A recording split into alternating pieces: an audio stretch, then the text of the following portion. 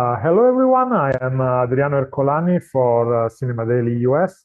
I have the pleasure to talk with Alexandre or Philippe, the director of the documentary Chain Reactions. First, actually, I would like to start congratulating you on the structure Thank you. because I really like the fact that you built five different chapters instead of mixing the interviews with all the guests, and gives the documentary a linearity and cohesive logic. And I think it's a bold choice. So, can you talk about how you come up with this decision? Sure. Well, first of all, I do like the idea of spending time with people, and I think because the film is very much about the way in or the ways in which the Texas Chainsaw Massacre gets under one's skin, as it were. I think it was really important to me to find people who were personally affected by the film and to not just go on a surface level, but to really start trying to understand, what is it about Texas Chainsaw that affected them so much, on such a deep level. So for that you need time and you need them to be able to, to really tell a story. But also, Chain Reactions mirrors the time structure of the Texas Chainsaw Massacre in that we start at high noon and then it gets darker and darker. We go through dusk, night, and then sunrise the following morning. So this idea of having each chapter lit for a separate time of day,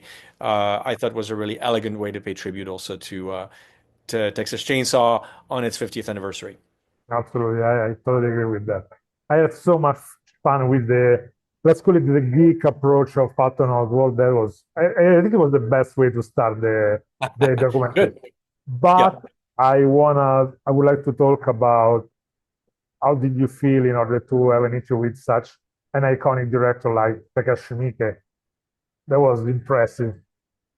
Yeah, he was amazing. I mean, and that story is absolutely priceless. I mean, obviously we can't spoil it here, but his sort of origin story really as a director is very much tied to the Texas Chainsaw Massacre, and it's interesting because I had seen Takashi Miike multiple times at buffets at film festivals around the world, and to the point where eventually, we started recognizing each other. And he doesn't speak English, so but we'd sort of every time I'd see him, we'd sort of nod to each other as in recognition.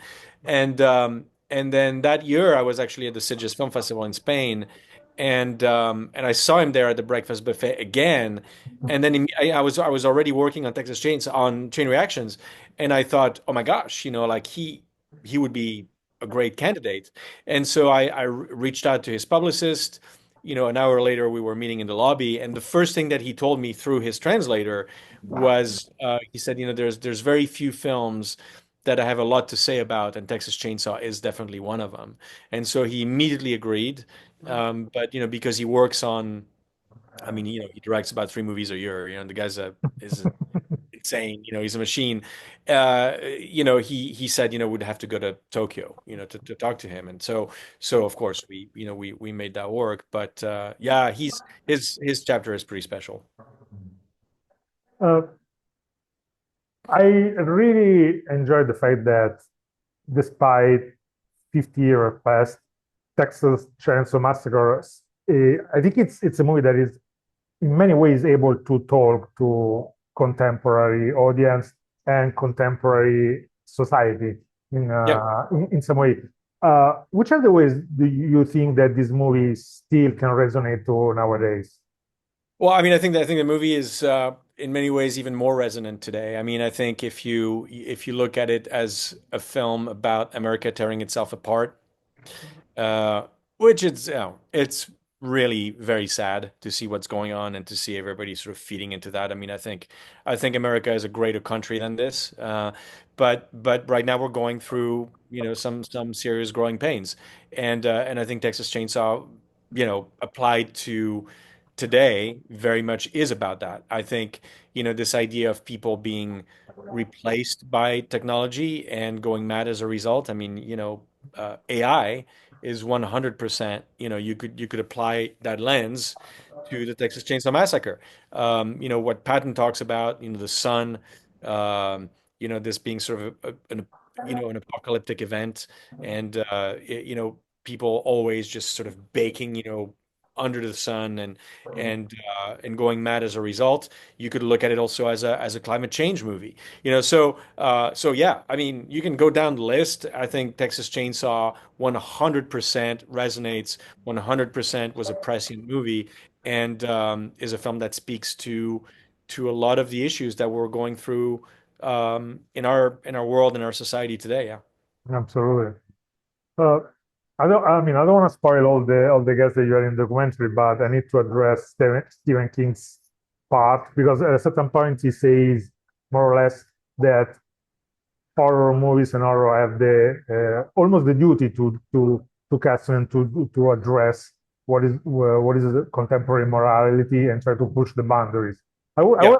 would expand the topic to actually even more than morality. I think about identity in some way, not only morality. And Tobe Hooper's movie definitely did it. Which are, in your opinion, the other horror movies that help in some way to push these boundaries? Well, I mean, I think horror as a genre is, quite possibly the most important genre that we have in terms of helping us process what is happening in our world, what is happening in society. I mean, it is a genre that has an incredible ability to be allegorical. It can tell us things about ourselves in ways that other genres are not capable of doing. So I think anytime you have a film that comes out and resonates like a Psycho, like an Alien, like The Shining, The Exorcist, Texas Chainsaw Massacre, Blair Witch Project, and now Weapons. I've been talking about this film quite a lot, lately. Um, I think there's multiple films, and I think what's so interesting to me is that you know we keep sort of looking down on horror as a genre that is not quite deserving. It's not quite on the level. Now when there's an important horror film that comes out, we like to talk about it as elevated horror, and I think it's such bullshit. Excuse my French, but it's just really, I think it's disrespectful of the genre. Because I think the great horror films have to be treated and looked at on the absolute same plane as a great drama, a great comedy, a great Absolutely, great anything. And in fact, I would even make the argument that again, the vast majority of the films that 20, 30, 40, 50 years later, 100 years later, have stayed with us and continue to be a part of the cultural dialogue are very much horror movies. So they have a staying power because they are about, the stuff that we go through and that we try to process as humans. So there's nothing more important than that, as far as I'm concerned. absolutely, totally agree. But Tobe Hooper's movie had complete artistic freedom because it was a small budget, almost no budget movie. And Yeah. at that time, there were also mainstream horrors like thinking about Rosemary's Baby, I'm thinking about The Exorcist, that even with big budget, they had artistic control. And Yeah. today it seems, especially about mainstream horror movies, it seems more difficult because of censorship, because you have to go to different kind of audience, I would say. But do you think it's still possible?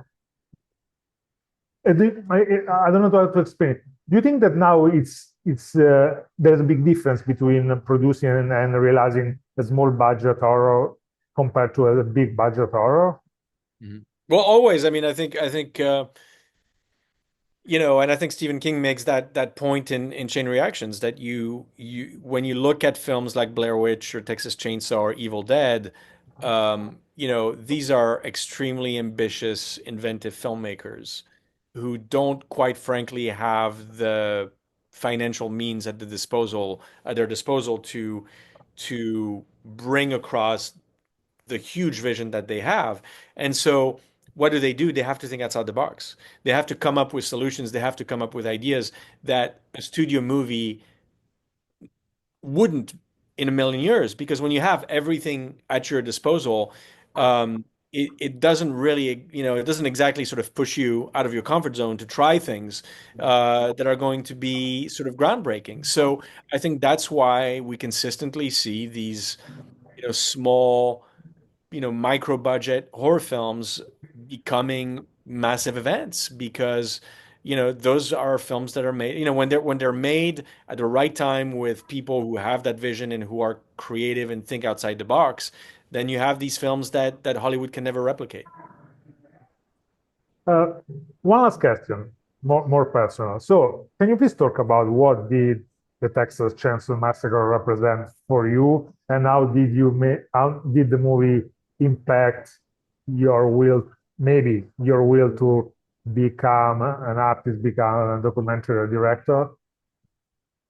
I think Chain Reactions is kind of an extension of the obsessions that I've had for many years, the explorations that I continue to have about movies and filmmaking and craft and the zeitgeist and all of that. So, I mean, I've made films obviously about Psycho and The Exorcist and Alien and zombie, movies, and so it's an extension of that. And there's, several other horror films that I'm in the process of developing right now and making films about. So uh, I don't know that it's necessarily a film that, not like Takashi Miike that turned me into a filmmaker, but I think it was a crucial text for me to get to explore. And I'm very, very grateful to